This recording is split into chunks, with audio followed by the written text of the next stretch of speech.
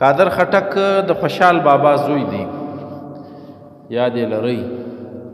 خوشحال بابا د زوکړي چې کم کال دی د هغه مطابق یې نوم پرې ایښی دی.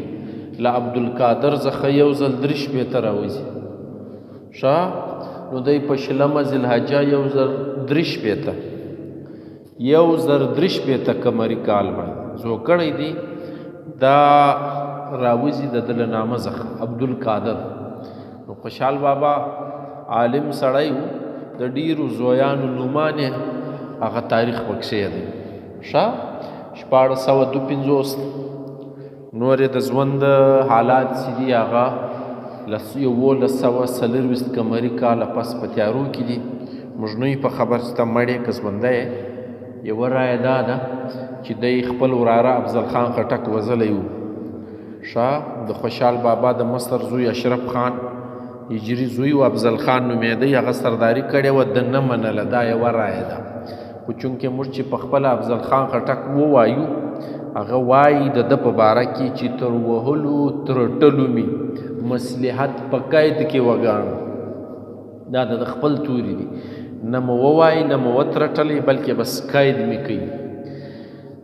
د پټې خزانې مؤلف چې دی محمد هوتک غالبا د نواب اندړ په نامه یو شخصیت دی، د هغه په حواله وایي چې دی په 1114 قمري کال کې د خټکو سردار وي، کابل ته راغلی و.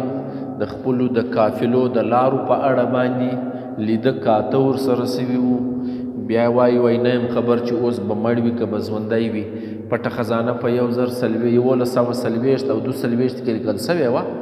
نو دی وایي چې اوس یې 15 کاله کېږي، نو نه یم خبر چې مړ دی که ژوندی دی. د خوشحال بابا له مرګه پس د ده په کورنۍ کې ډېرې پیښې سوي دي. نو افضل خان خټک چې کومه خبر لیکلې ده، هغه موږ تر دا نورو روایتونو مستنده ځکه ګڼو چې هغه په خپله عالم و چې یاره یو مې اکا دی، بل یې کوم څه چې دونې دغه کوم. نو زه خپله هغه خبره ته ترجیح ورکوم چې وژلی نه دی، بلکې د ده په اړه ویل کېږي چې دی د یو پیر مرید و، نقشبندي طریقت چې و دا لارې د ځان کړې وه. نو داسې ولي الله سړی و، د دنیا او مافیا څخه ځان سایډ ته کړی و، په خپل عبادت کې مصروف و، نو ځان یې نه دی ښکاره کړی. د ده دیوان چې دی د څو کتابه لیکلي دي، په هغه کې د ده یو دیوان دی حدیقه خټک نومیږي. دغه دی حدیقه خټک، یعنی د ده دیوان، دا د نوم ورکړی دی. او دا د شعرونو دیوان دی، په دې کې شاعري چې ده هغه باندې به لږ وغږېږو. دغه دیوان چې دی دا غالبا په 1966 کې سریزه لیکل سوې ده، سید انوارالحق کاکا خیل صاحب لیکلې وه. نو غالبا په 1968 کې چاپ سوی دی. د دسمبر په میاشت یې سریزه راغلې ده. نو دلته د چاپ کال نه لري. او دا بیا له کابله څخه چاپ سوی و په 1991 کې. د عبدالقادر خټک دیوان پر دې باندې د دیوان نوم نسته. نو زه په خپله د دې په حق کې نه یم چې یو شاعر یو کتاب ته نوم ورکړي، باید هغه ځینېګار نه سي، هغه ځینې لرې نه کړل سي. د دغه دیوان بیا فایده دا ده چې دا له بیخي ډېرو نسخو څخه مرتب سوی دی ښه. دا کې ډېرې نسخې او ډېر چاپي مواد چې دی دا ګډ سره راوړل سوی دی، ایډیټ سوی دی ښه. بیا نور هم چاپ سوی دی. او دغه رنګه دا سړی چې دی د نورو کتابو د فارسي مشهوره کتاب دی ګلستان نومیږي، د شیخ سعدي شیرازي غه، دا د ګلدستې په نامه باندې ترجمه کړی و ښه. نو ګلدسته غالبا د په 1140 قمري کال ترجمه کړې وه. نو د ده ژوند تر دغه کاله موږ ته معلوم دی. او یوسف زلیخا چې دی بیا د فارسي یو کیسه ده د پښتو ته اړولې ده، ډېره مشهوره ده، چاپ سوې ده. نصیحتنامه بل کتاب دی، او 40 حدیثونه چې دي یا 40 احادیث دا پښتو ته اړولي و، د رسول پاک صلی الله علیه وسلم احادیث. نو عالم سړی و، د خپل وخت د شعرونو ځای داسې اندازه لګېږي چې نصیحت هم پکې سته، مینه هم پکې سته، سوز او درد هم پکې سته، حالات هم پکې سته، او د خپلې کورنۍ پیښې هم پکې سته. د خوشحال بابا مرثیه یې ویلې ده چې خوشحال مړه کېږي، د موږ ته ویلي دي مرثیه بیا زه له تاسو سره شریک کړم، یو بیا غزل درته ووایم. نصیحت یې هم کړی دی، ټولنیز اړخونه هم د ده په دیوان کې لیدل کېږي. غرض دا دی چې قادر خټک په پښتو شاعري کې ښه نوم لري. د دیوان چې دی د تصوف او د مینې مرکه دی، دا ټول شان یې پکې نغښتي دي. انداز چې دی دا ساده دی، د ګرانو تورو انتخاب نه کوي. لهجه هغه د خوشحال بابا د کورنۍ لهجه ده، د سړي لږ له لرې دا اندازه کېږي چې دا دی خټک یا د خټکو شاعر دی. کې نوم نه ووایم، سړی د شعر څخه انداز معلومولی سي. قادر خټک د پښتو ژبې ښه شاعر دی، ډېر خوندور شعرونه دي. دا دیوان چې تاسو وګورئ، په دې دیوان کې ډېرې رنګینې شاعري چې دي یا ډېرې رنګین مضامین چې دي د ځای کړي دي. د هغه وخت چې کوم حالات د خټکو په برخه دي یا د دوی کورنۍ په برخه دي، هغه هم پکې راوړي دي. ځینې داسې یارانې چې د هغو قصیدې یې ویلي دي، ځینې داسې یارانې چې هغه مړه سوي دي، مرثیې یې ویلي دي. نو دا ټول په دیوان کې موجود دي.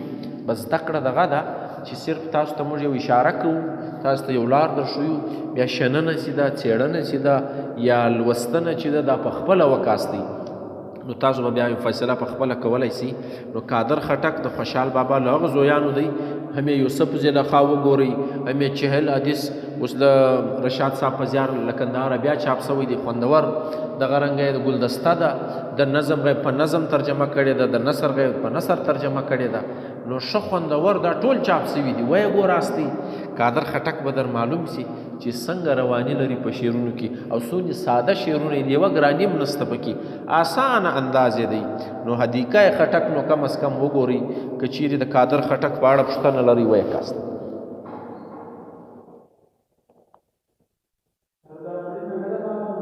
یا بس تر 1940 را معلوم دی، بیا نه دی معلوم.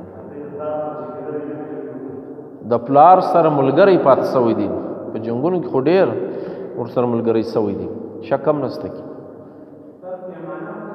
پیمانه کټورای د شرابو کټورای نه یو کوپ موپ رنګ جوړ وي ښه، نو داسې کټورای نماشی وي، خو داسې سپیشل جوړه داسې.